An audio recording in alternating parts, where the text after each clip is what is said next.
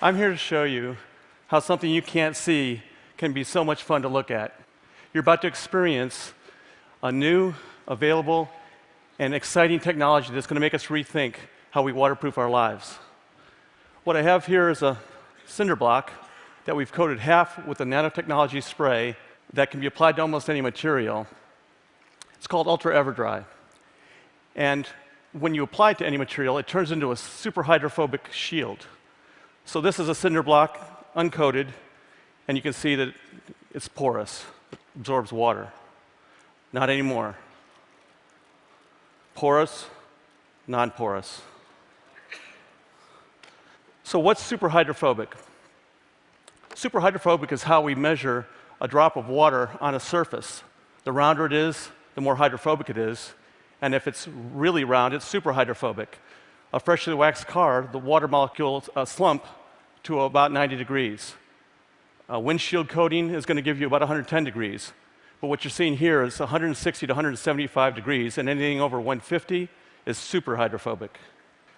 So as part of the demonstration, what I have is a pair of gloves, and we've coated one of the gloves with the nanotechnology coating. And let's see if you can tell which one, and I'll give you a hint.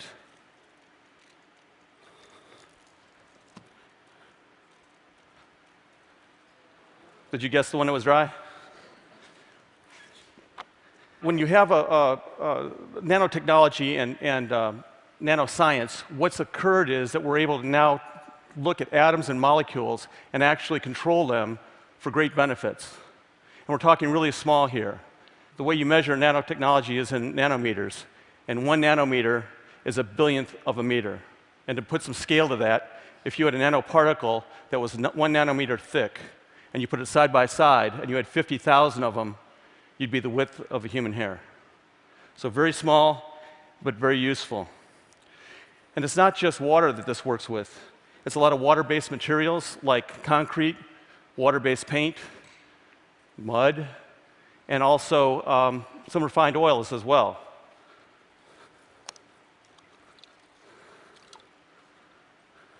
You can see the difference.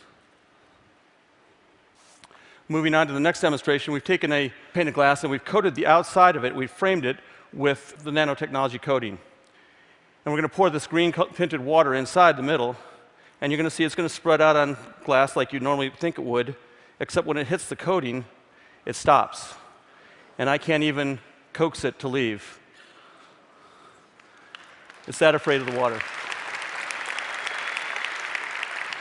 So what's going on here? What's happening? Well, the surface of the spray coating is actually filled with nanoparticles that form a very rough and craggly surface. You'd think it'd be smooth, but it's actually not.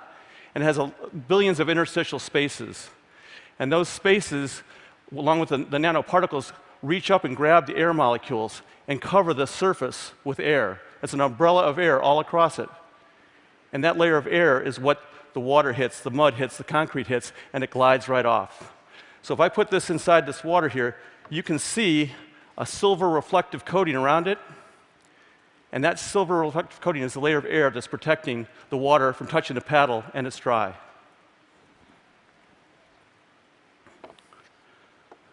So what are the applications? I mean, many of you right now are probably going through your head. Everyone that sees this gets excited and says, oh, I could use it for this and this and this. The applications, in a general sense, could be anything that's anti-wetting. We've certainly seen that today. It could be anything that's anti-icing, because if you don't have water, you don't have ice. It could be anti-corrosion. No water, no corrosion. It could be antibacterial. Without water, the bacteria won't survive. And it could be things that need to be self-cleaning as well. So, imagine how something like this could help revolutionize your field of work. And I'm going to leave you with one last demonstration, but before I do that, I would like to say thank you and think small.